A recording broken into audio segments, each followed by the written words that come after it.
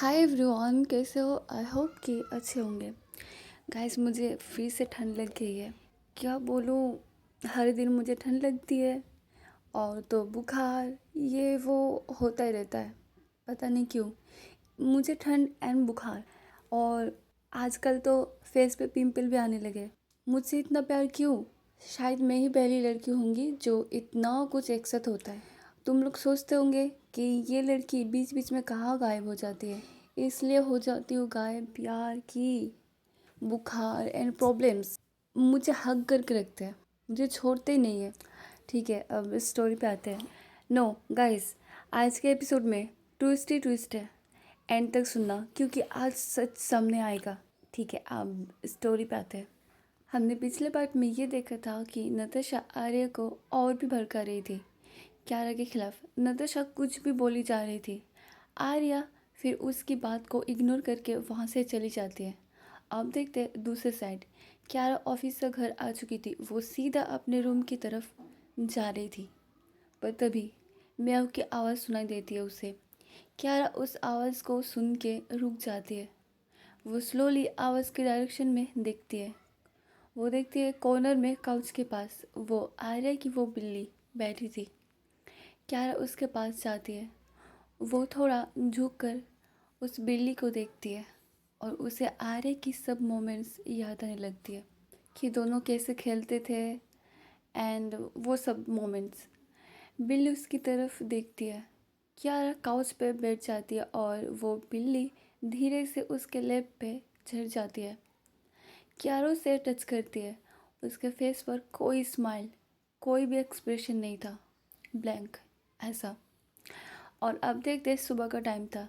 Arya ready हो रही थी स्कूल के लिए। उसका हाथ में फाइल और टिफ़िन बैग था। वो कुछ देर बाद फिर निकल जाती है स्कूल के लिए। आर्या ऑटो में बैठी थी, तभी एक कार ऑटो के सामने जाके सडनली रुक जाती है थैम से।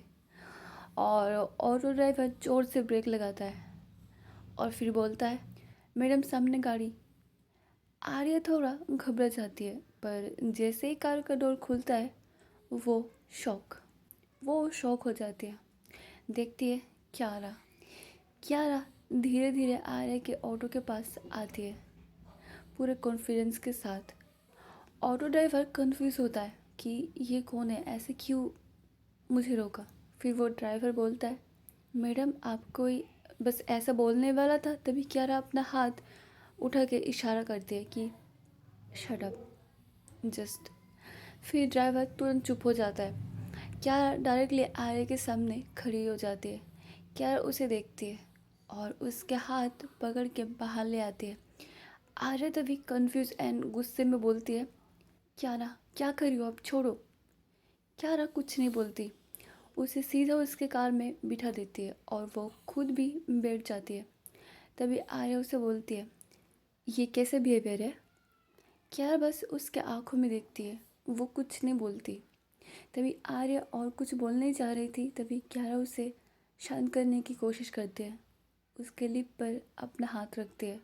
वो बोलती है, कुछ मत कहो, मुझे समझने की कोशिश करो, जो भी हुआ वो सच नहीं था। आर्य फिर कुछ बोलने जा रही थी, उससे पहले क्यारा उसके चीक को होल्ड करती है और उसके आइज़ में देखती है सीधा। क्यारा के आंखों में सैडनेस क्लियरली शाइन कर रही थी, मतलब कि दिख रही थी कि वो इमोशनल है आर्य की वजह से, तो उसे वो हो रहा है। और फिर उसी पल क्यारा धीरे से उसके क्लोज आती है और उसके लिप पर उसका लिप रखती है। और तभी क्यारा अपनी आंखें बंद कर लेती है, पर आर्या उसके आंखों में देख रही थी और क्यारा तभी मूवमेंट करना शुरू कर देती है। वो आर्या को डीप किस करने लगती है। आई मीन कि पहले धीरे धीरे, फिर बहुत ज़्यादा डीप किस। आर्या तभी क्यारा को पुश करने की कोशिश करती है, पर क्यारा उसे टाइट होल्ड करके रखती है और वो इंटेंस किस करी जा रही थी। इस किस से पता चल रहा था कि क्यारा अपना दर्द को उस किस के ज़रिए बता रही हो कि वो आर्या से कितना ज़्यादा प्यार करती है। आर्या पहले तो उसे पुश करने की कोशिश कर रही थी, बट क्यारा उसे रोकती है। वो किस और हैवी हो जाता है, बहुत ज़्यादा। क्यारा उसे बहुत ज़्यादा किस कर रही थी, बहुत अच्छे से। फिर 5 मिनट्स बाद कियारा स्लोली किस करना बंद कर देती है, फिर अपना फोरहेड आर्या के फोरहेड पे रखती है। आर्या बहुत बहुत इमोशनल हो जाती है, पर वो दिखाती नहीं है। फिर वो कियारा को हटा देती है और वो कार से निकलने वाली थी। कियारा उसे रोकती है और बोलती है, आर्या तुम क्यों नहीं समझ रही हो? फिर आर्या बोलती है, समझने के लिए कुछ बचा ही नहीं है कियारा। फिर कियारा बोलती है, तुमने जो देखा वो सच नहीं था, वो एक ट्रैप था और मैं तुम्हें ये प्रूफ कर सकती हूँ। फिर आर्या हंसती है, फिर बोलती है, प्रूफ?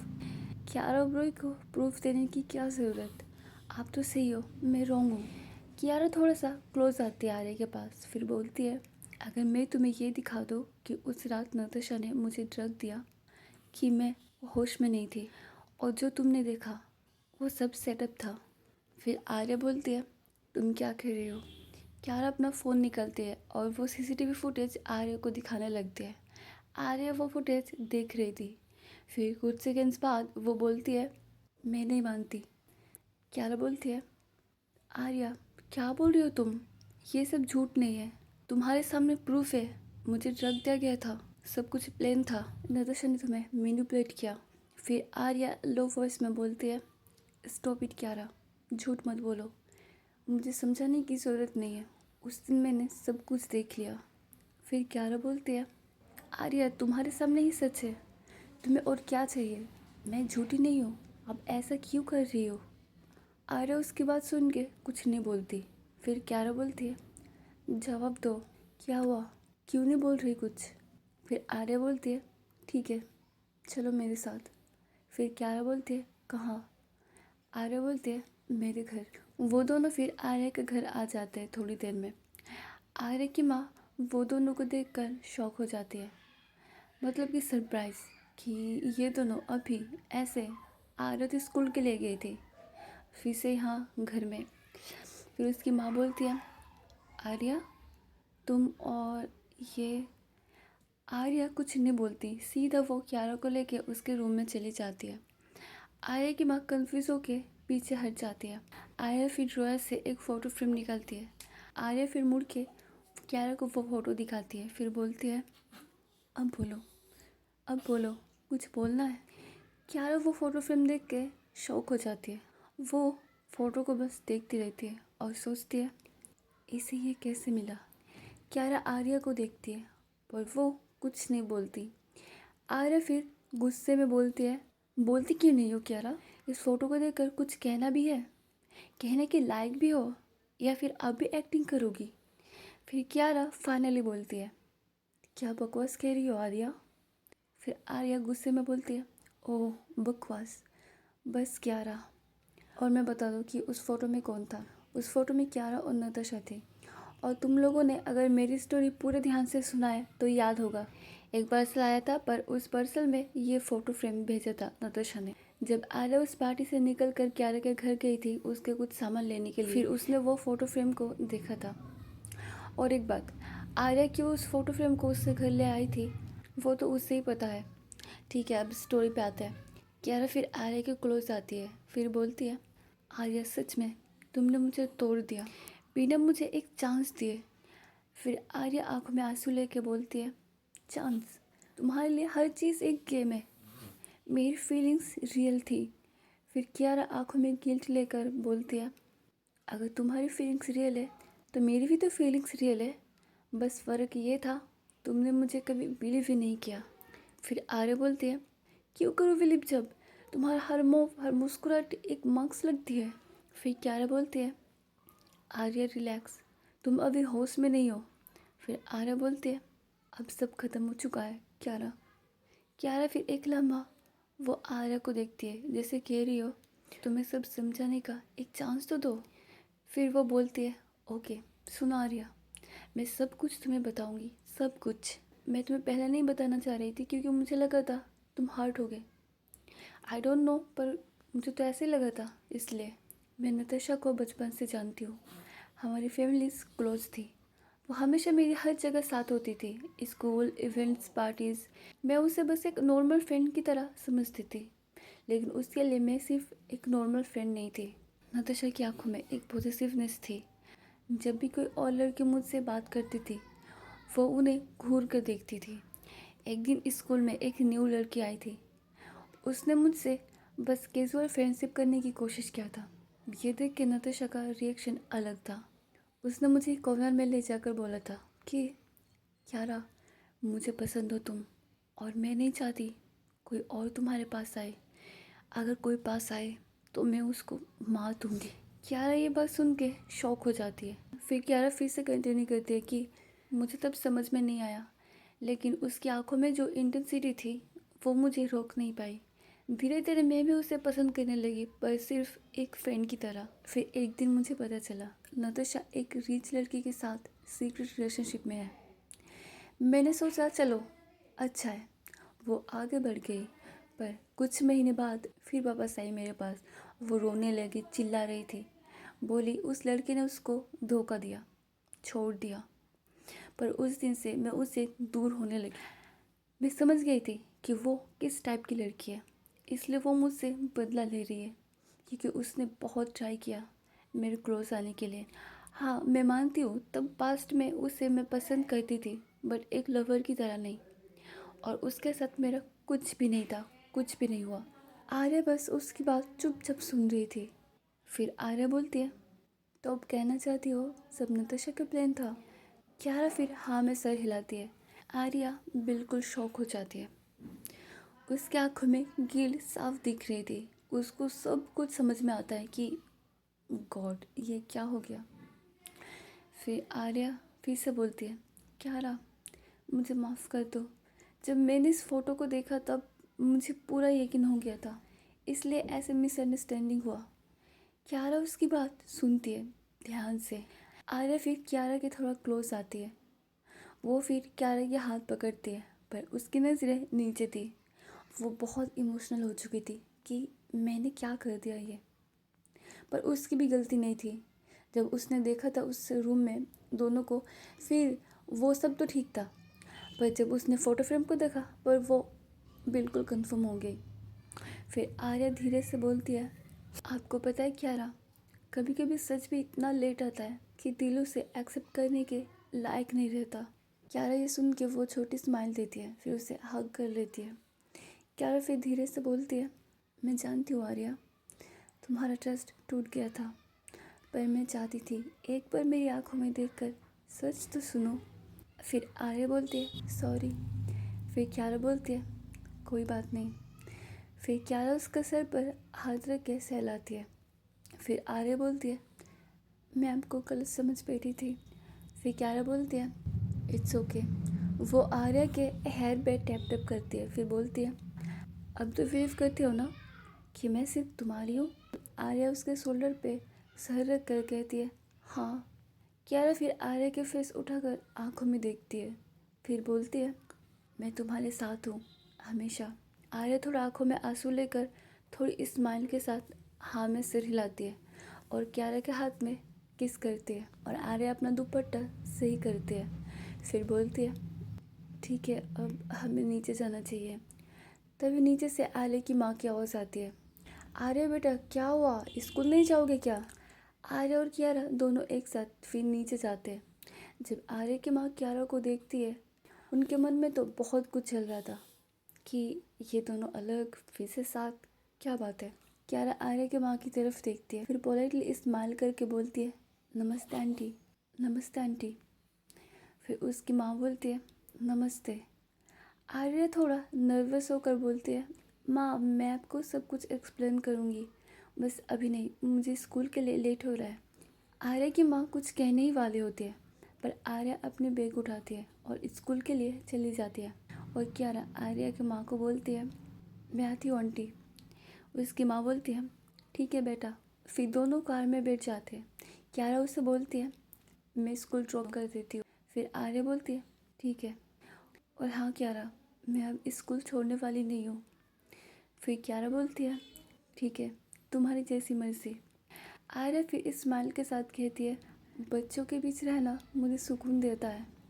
कियारा फिर सर हिलाती है, फिर बोलती है ठीक है बाबा, तुम्हें जो सही लगे वो ही करो। आर्या उसकी तरफ देख कर बोलती है बस तुम्हारा सपोर्ट चाहिए और कुछ नहीं। कियारा उसे देख के एक सॉफ्ट स्माइल देती है और दोनों देखते स्कूल आ जाते हैं। कियारा कार से बाहर आकर आर्य के लिए दरवाज़ा खोलती है। आर्य बस हल्की स्माइल देकर उसे देखते हुए उतरती है कार से। कियारा फिर आर्य को बोलती है, अपना ख्याल रखना। आर्य हल्की स्माइल के साथ बोलती है, आप भी।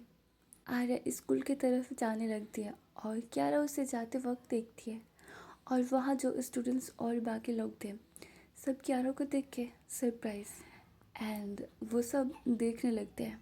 कियारा भी वहाँ से निकल जाती है और दूसरी साइड नताशा टेंशन में बैठी थी और उसके सामने बैठा था उसका क्लोज फ्रेंड राहिल, जो क्लियरली थोड़ा डरा हुआ था क्योंकि नताशा वैसे साइलेंट नहीं रहती। फिर राहिल हल्की आवाज़ में बोलता है, नताशा प्लीज़ बात करो, तुम इतनी डिस्ट्रेस्ड लग रही हो। नताशा फिर हंसकर बोलती है, डिस्ट्रॉय तो कियारा ने मुझे किया है राहिल। फिर राहिल बोलता है, आई टोल्ड यू ना, पंगा मत लो कियारा से, वो नॉर्मल लड़की नहीं है। फिर नताशा गुस्से से चेयर पुश करती है। फिर वो आगे झुक कर बोलती है, तुम्हें लगता है मुझे पता नहीं कियारा क्या चीज़ है, पर मुझे भी अंडर एस्टिमेट मत करो। उसने मेरी रेपुटेशन रन की, मेरा प्लान स्पॉइल किया और अब आर्य फिर उसके साथ है। फिर राहिल बोलता है, तुम्हें कैसे पता? फिर नताशा बोलती है, कॉल आया था मुझे। फिर राहिल थोड़ा शॉक होकर बोलता है, ओह सो आर्य वापस कियारा के साथ है। नताशा की आइज़ रेड हो जाती है, वो बहुत गुस्से में थी कि उसकी चाल उस पर ही भारी पड़ गया। हाँ हाँ राहिल, मेरी पूरी गेम पलट दी उसने। मैं सोच रही थी आर्य उसे हेट करेगी, उसकी लाइफ से वेनिस हो जाएगी।